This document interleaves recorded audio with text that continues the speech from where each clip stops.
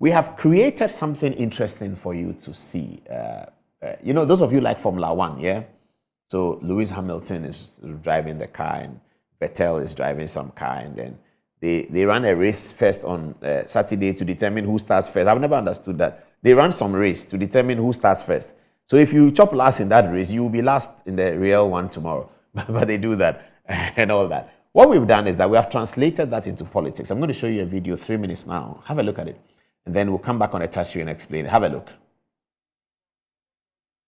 Lieutenant Jerry John Rawlings handed over the reins to his successor, Vice President John Evans Atta Mills, who led the NDC as its flag bearer.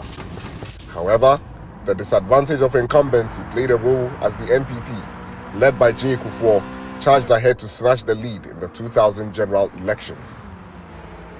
A runoff election in 2000 marked a significant shift in power, with Kufuor and the NPP winning decisively and securing a second term in 2004. The scales tipped back in favor of the NDC in 2008, but tragedy struck as Atta Mills passed away during his second term race in 2012. Vice President John Dramani Mahama stepped in and led the NDC to victory in the 2012 general election, although it wasn't without controversy, leading to a Supreme Court challenge of the results by the NPP's Nana Akufo-Addo and his able right-hand man, Dr. Bawumia. A close 5-4 decision by the Apex Court ensured Mahama's run continued, but he was unseated by Akufo-Addo in 2016, and again in 2020 extended Nana Akufo-Addo and the NPP's run to 8 years. As 2024 approaches, John Mahama and the NDC are preparing for the upcoming election race, revving their engines and strategizing for victory. Now, let's talk about the NPP. In 1992, following the referendum to return to multi-party politics, the New Patriotic Party, the NPP, emerged as a major opposition force out of several competitors. They fielded Professor Albert Idubuahin as their first flag bearer, but couldn't secure victory against the might of the P into bracket NDC, led by Jerry John Rawlings in the 1992 elections. The baton was passed on to John Ejikun Kufuor in 1996, and although he lost that election, the NPP learned from their defeat. In 2000, they wrestled power from the NDC after a pit stop for fresh electoral ties, ensuring a decisive victory. Kufuor's leadership accelerated Ghana's progress, and after 2 terms, he was succeeded as flag bearer of the NPP by Nana Addo Dankwa Akufo-Addo in 2008. A surprising shift in power favoring Atta Mills occurred on January 2nd, 2009, thanks to the relentless efforts of the NDC electoral machine.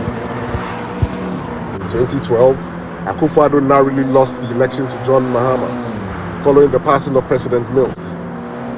It took another 4 years for Akufo-Addo to challenge John Mahama and secure an emphatic victory in 2016.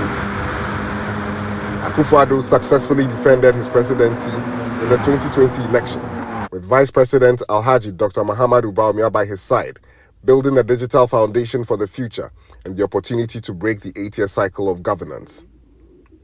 And now, as 2024 approaches, the stage is set for another epic showdown.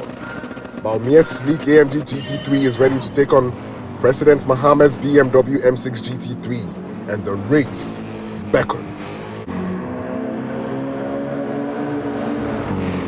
Yes, so you saw that video, and now I'm going on to the touchscreen to get an explanation of how these things happen. Nii Saki put that together, and he is here to help us understand it. Nii Saki, congratulations, that's very beautiful work. So, so whose car is it? What car is it? Mercedes? What was that?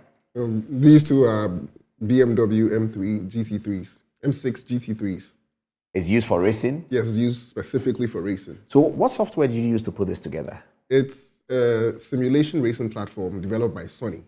It's used to train drivers on how to drive, including Formula One drivers and so on.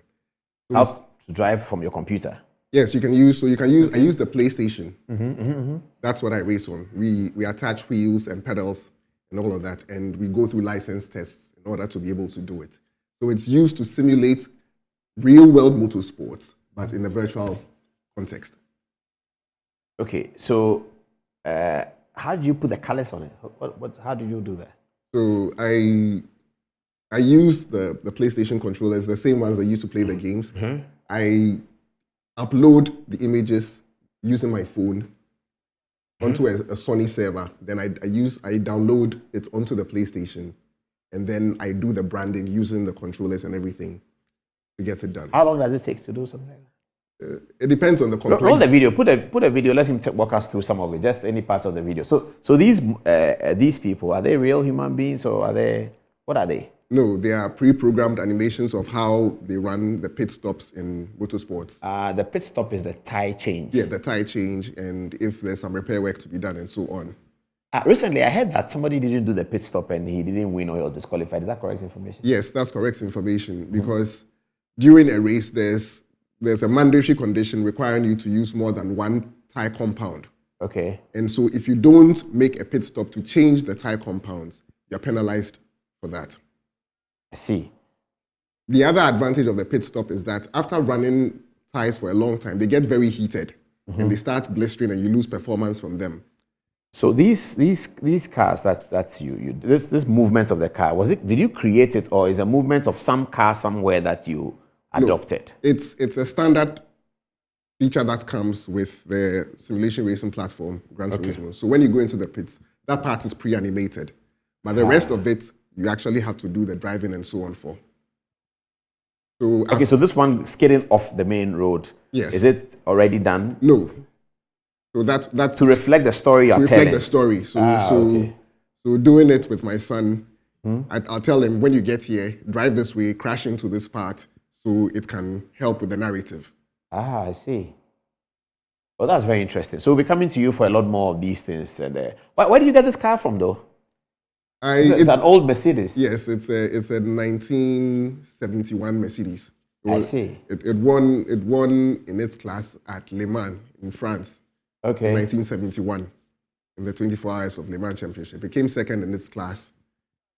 Overall. I see. That was the 1971 Mercedes. Yes, that was the first AMG created car. What's AMG? Mercedes Tuning Division. They have these cars that they call the AMGs. You see them on the backs of some of the yes.